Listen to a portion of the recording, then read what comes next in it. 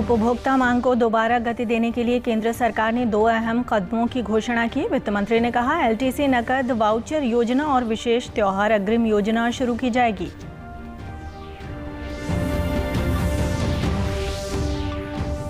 प्रधानमंत्री ने राजमाता विजयाराजे सिंधिया की जयंती पर उनके सम्मान में 100 रुपए का स्मारक सिक्का किया जारी। कहा, राजमाता ने गांव गरीब के लिए जीवन किया समर्पित।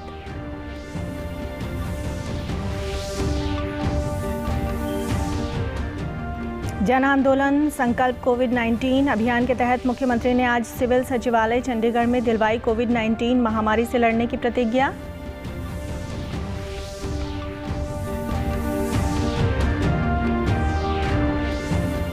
और डिप्टी स्पीकर रणबीर गंगवा ने नलवा गांव में सरकारी मॉडल सांस्कृतिक विद्यालय का किया शुभारंभ। विद्यार्थियों और ग्रामीणों ने किया खुशी का इजहार। नमस्कार, मैं ऋतु कौशिक। अब समाचार विस्तार से। वित्त मंत्री निर्मला सीतारामन ने देश में उपभोक्ता मांग में लगभग 73,000 करोड़ रुपए तक की वृद्धि के लिए 5 बड़ी योजनाओं की घोषणा की है। आज नई दिल्ली में संवाददाताओं को संबोधित करते हुए उन्होंने देश में मांग को बढ़ाने के कुछ नए प्रस्तावों का ब्यौरा दिया। उन्होंने बताया कि नए प्रस्तावों का उद्देश्य एलटीसी वाउचर और फेस्टिवल एडवांस देकर मांग को बढ़ाना है। Which is given to them as per their government rules, their rank, their position, their whatever, is now brought to 3 different slabs. And they are flat rate slabs, which is equivalent to the travel ticket, the round ticket that they would get. And that, which will continue to be tax free, will have to be spent on items which have 12% or more GST tax levied on them. So you won't be buying those items of food essentials like which are in 5% slab, but you will spend them on items which have 12% or more GST.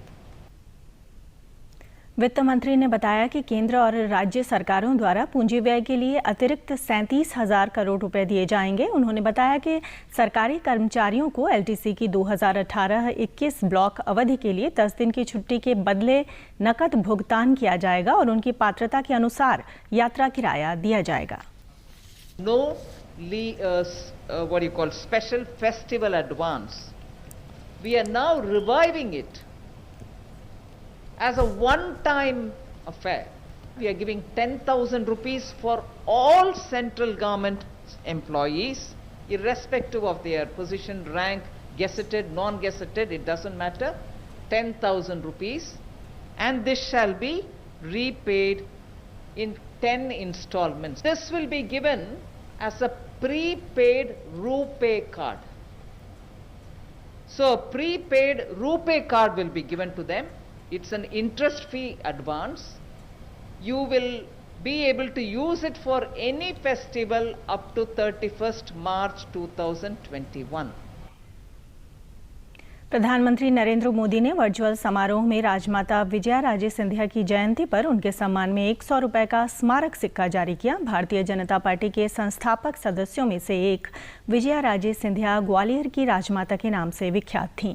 दिवंगत नेता को श्रद्धांजलि अर्पित करते हुए प्रधानमंत्री ने कहा कि राजमाता सिंधिया का जीवन और उनके कार्य निर्धनों से जुड़े हुए थे और उनका जीवन जन सेवा में लगा था।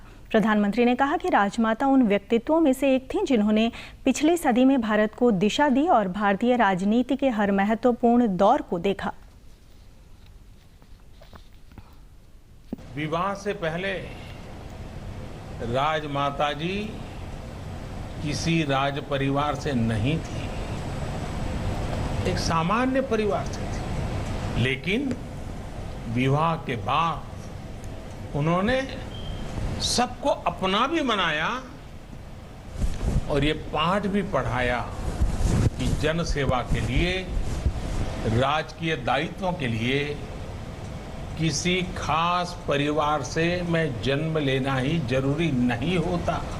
इतने बड़े राजघराने की मुखिया के रूप में उनके पास हजारों कर्मचारी थे, भव्य महल थे, सभी सुविधाएं थी, लेकिन उन्होंने सामान्य मानवी के साथ, गांव गरीब के साथ कर जीवन जिया, उनके लिए अपना जीवन समर्पित कर दिया। प्रधानमंत्री ने कहा कि राजमाता सिंधिया ने अपना जीवन राष्ट्र के निर्माण में समर्पित किया और भावी पीढ़ी की समृद्धि के लिए अपनी खुशियों को त्याग दिया। उन्होंने कहा कि उनका जीवन राष्ट्र के प्रति प्रेम और लोकतंत्र के लिए आदर्श है। देश में प्रगतिशील सुधारों और विकास को दोहराते हुए प्रधानमंत्री ने कहा कि राजमाता सिंधिया इन सकारात्मक परिवर्तनों को देखकर खुश हुई होंगी। कार्यक्रम में केंद्रीय संस्कृति मंत्री प्रहलाद सिंह पटेल और राजमाता सिंधिया के परिवार के निकट संबंधी शामिल हुए। प्रधानमंत्री नरेंद्र मोदी के कार्यक्रम जन आंदोलन संकल्प कोविड-19 अभियान के तहत आज चंडीगढ़ में मुख्यमंत्री मनोहर लाल ने प्रतिज्ञा लेकर इस महामारी से लड़ने का संकल्प दोहराया। इस अवसर पर मुख्य सचिव विजय वर्धन के अलावा अन्य वरिष्ठ प्रशासनिक अधिकारियों और कर्मचारियों ने कोविड-19 से लड़ने की प्रतिज्ञा ली। पत्रकारों से बातचीत में मुख्यमंत्री मनोहर लाल ने कहा कि कोरोना महामारी से लड़ने के लिए बचाव ही एकमात्र हथियार है।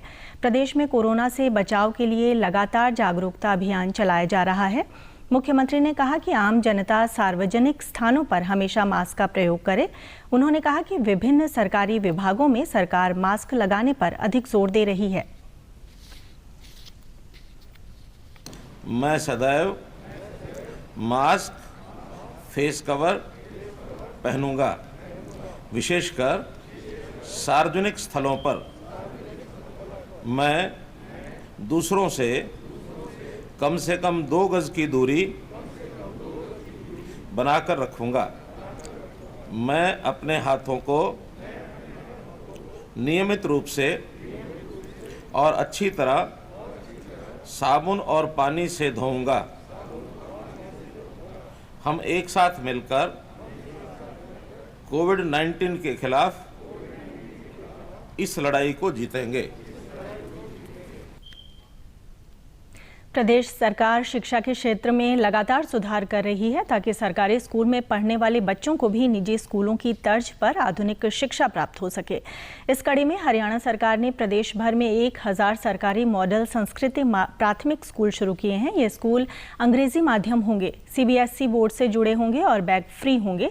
इस योजना के तहत हिसार जिले में 84 निजी स्कूल और 12 सरकारी मॉडल संस्कृत स्कूल खोले जा रहे हैं।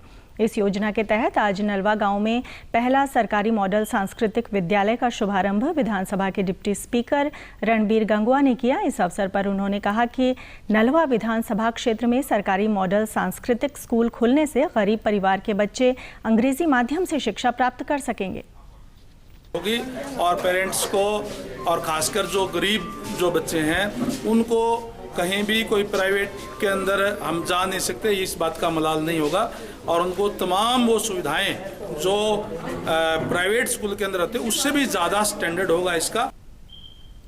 गांव में मॉडल सांस्कृतिक स्कूल खुलने से विद्यार्थियों और ग्रामीणों ने खुशी का इजहार करते हुए सरकार का धन्यवाद किया।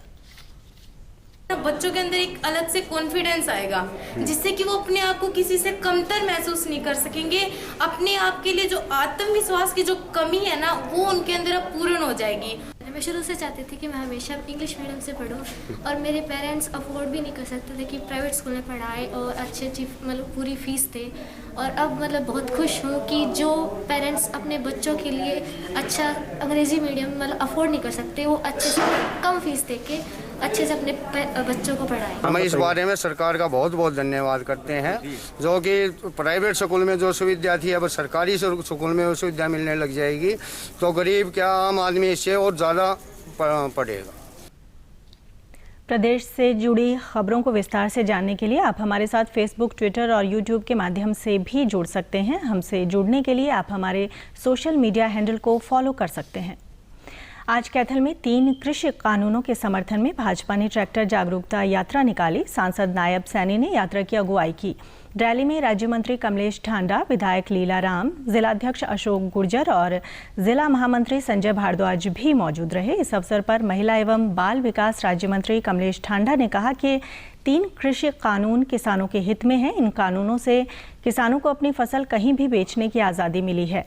इन बिलों से प्रदेश का किसान संतुष्ट है और विपक्षी दल केवल किसानों को बहकाने का कार्य कर रहे हैं। दो ट्रैक्टर यात्रा निकाली गई, एक झूठ की थी और एक सच की थी। जो झूठ वाली थी वो तो सिर्फ आधा दिन में ही खत्म हो गई, और जो सच की यात्रा है ये लगातार सभी जिलों में चली हुई है। और आज ये हमारा जिला कैथल में ये सच की जो ट्रैक्टर यात्रा है ये आपके सामने है। कितनी हजारों की संख्या में किसान अपना ट्रैक्टर लेकर आए हैं और हम सभी प्रधानमंत्री जी का धन्यवाद करने के लिए आए। जो ये स्वतंत्रता और जो उसकी आय में बढ़ोतरी में एक ये क्रांतिकारी कदम ये आदरणीय नरेंद्र मोदी जी ने ये उठाया है, ये तीनों बिल जो पास किए हैं उसके समर्थन में आज आदरणीय प्रधानमंत्री नरेंद्र मोदी जी को सभी किसान उसका धन्यवाद कर रहे हैं और एक ट्रैक्टर रैली के माध्यम से वो प्रधानमंत्री जी का धन्यवाद कर रहे हैं जो उन्होंने ये तीनों कानून बनाए हैं जिससे किसान की आय बढ़ेगी। ये इस देश के यशस्वी प्रधानमंत्री श्री नरेंद्र मोदी जी ने किसानों के हित के लिए 3 कृषि कानूनों को पारित करके किसानों की आर्थिक स्थिति को मजबूत करने का जो ऐतिहासिक फैसला लिया है उसकी आज पूरे देश के अंदर और इस हरियाणा प्रदेश के अंदर बहुत ज़्यादा प्रशंसा हो रही है और किसान खुलकर इसका समर्थन कर रहे हैं। रैली में शामिल हुए किसानों ने कहा कि केंद्र सरकार द्वारा बनाए गए 3 कृषि कानून पूरी तरह से उनके हित में हैं। बढ़िया चीज़ बनाई है जी, बहुत जिमींदारों के हक के लिए बनाई है जी, छोटा किसान भी हक में बहुत बढ़िया चीज़ बनाई है जी, ऊपर उठने के लिए जी। जो प्रधानमंत्री अपने योजना है बहुत अच्छी योजना है, फसल कहीं भी बेच सकते हैं और हमें अच्छे भाव मिलेंगे। जब आप एक मंडी से दूसरी मंडी में जाएंगे तो जिसमें सब्जी के और जीरी के बहुत अच्छे भाव मिले। हम प्रधानमंत्री जी का धन्यवाद करते हैं, बहुत बहुत धन्यवाद। कोविड-19 महामारी के खिलाफ देश एकजुट होकर लड़ रहा है। आप भी हमारे साथ सुरक्षा और बचाव के 3 आसान एहतियाती उपायों का संकल्प लें। मास्क पहनें, 2 गज की दूरी है ज़रूरी, सुरक्षित दूरी बनाए रखें, हाथ और मुंह साफ रखें। भिवानी जिले का गांव अलखपुरा फुटबॉल में अपनी अलग पहचान बना चुका है। यहां के अनेक खिलाड़ियों ने राष्ट्रीय और अंतर्राष्ट्रीय स्तर पर देश का प्रतिनिधित्व किया है। इस गांव में सैकड़ों खिलाड़ी हर दिन फुटबॉल खेलते नजर आते हैं। वर्ष 2009 में मात्र 11 लड़कियों ने गांव के स्कूल में फुटबॉल खेलना शुरू किया था, लेकिन अब 200 खिलाड़ियों की टीम बन चुकी है।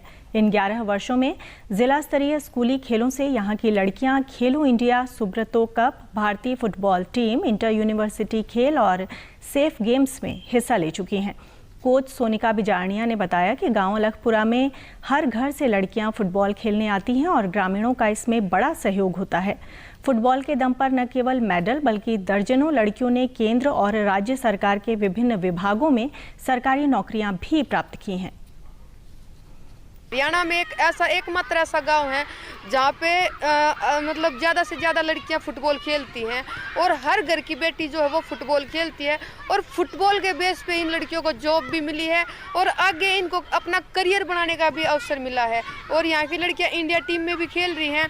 100 से ज़्यादा लड़कियां जो है वो नेशनल खेल चुकी और राज्य स्तर की तो कोई गिनती नहीं कितनी लड़कियाँ राज्य स्तर पर खेल चुकी। युवा खिलाड़ियों ने बताया कि सीनियर खिलाड़ियों से प्रेरणा लेकर वे आज खेल के मैदान में मेहनत कर रही हैं। उन्होंने उम्मीद जताई कि अन्य लड़कियों की तरह वे भी राष्ट्रीय स्तर पर फुटबॉल में अपना स्थान तय कर पाएंगी।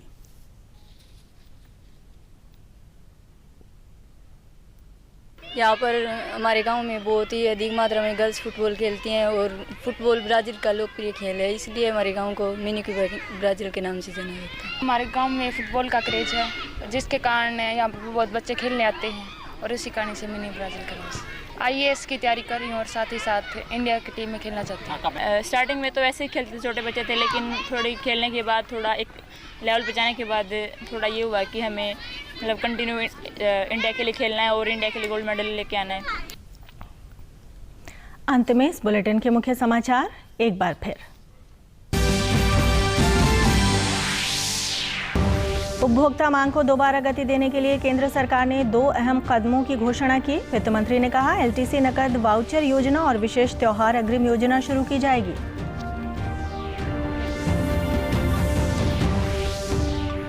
प्रधानमंत्री ने राजमाता विजया राजे सिंधिया की जयंती पर उनके सम्मान में 100 रुपए का स्मारक सिक्का किया जारी। कहा राजमाता ने गांव गरीब के लिए जीवन किया समर्पित।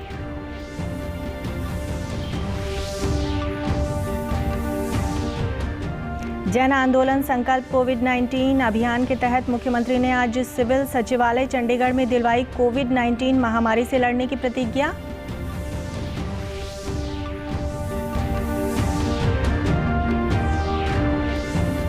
और डिप्टी स्पीकर रणबीर गंगवा ने नलवा गांव में सरकारी मॉडल सांस्कृतिक विद्यालय का किया शुभारंभ। विद्यार्थियों और ग्रामीणों ने किया खुशी का इजहार।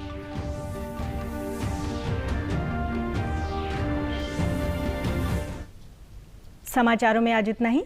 नमस्कार।